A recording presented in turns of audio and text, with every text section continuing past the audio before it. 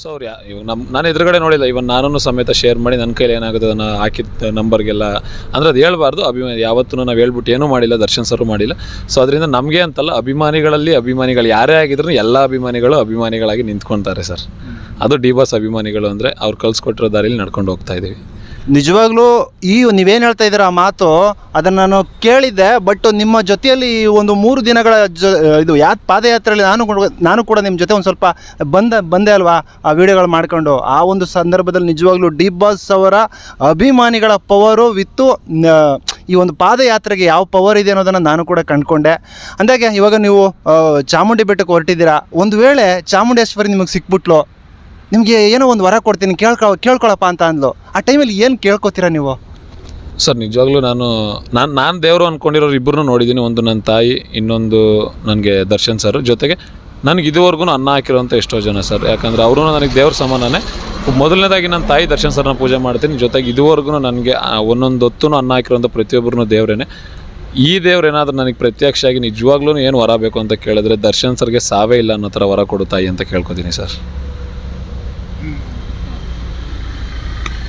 ನಿಮ್ಮ ಅಭಿಮಾನಕ್ಕೆ ಏನು ಹೇಳಬೇಕು ನನಗಂತೂ ಒಂದು ಗೊತ್ತಾಗ್ತಾ ಇಲ್ಲ.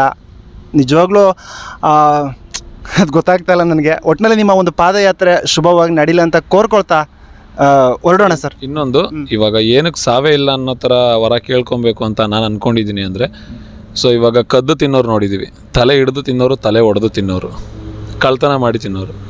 ಈ ಕದ್ದು ತಿನ್ನೋರೇ 10 ರೂಪಾಯಿನ ಯಾರಿಗೂ ಹಂಚಲ್ಲ. ಇನ್ನು ನಮ್ಮ ದೇವರು ದುಡಿದು ತಿಂತಾ ಇರೋರು, ದುಡಿತಾನೆ ಎಷ್ಟೋ ಕೋಟಿ ಲಕ್ಷಾಂತರ ಜನಗಳಿಗೆ ಇವತ್ತು ಅವ್ರಿಗೆ ಗೊತ್ತಿಲ್ಲದೇ ಸಹಾಯ ಮಾಡ್ತಾ ಇದ್ದಾರೆ.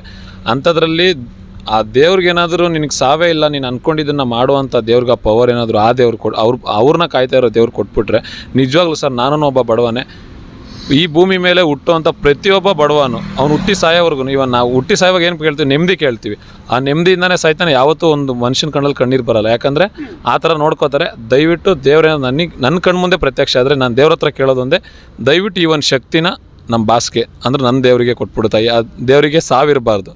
ಆ ಥರ ಒಂದು ವರ ಕೊಡು. ಯಾಕಂದರೆ ಭೂಮಿ ಮೇಲೆ ಹುಟ್ಟುವಂಥ ಪ್ರತಿಯೊಂದು ಪ್ರಾಣಿ, ಪಕ್ಷಿ, ಗಿಡ ಮರಗಳು, ಇವನ್ ಮನುಷ್ಯ ಎಲ್ಲರೂ ನೆಮ್ಮದಿಯಿಂದ ಹುಟ್ಟಿ ನೆಮ್ಮದಿಯಿಂದ ಸಾಯ್ತಾರೆ. ಆ ಥರ ಮಾಡ್ತಾರೆ ನಮ್ಮ ಬಾಸ್. ಅದಕ್ಕೋಸ್ಕರ ಅವ್ರಿಗೆ ಸಾವಿಲ್ದಿರೋ ಥರ ವರ ಕೊಟ್ಟರೆ ಸಾಕು sir. Really hats up sir.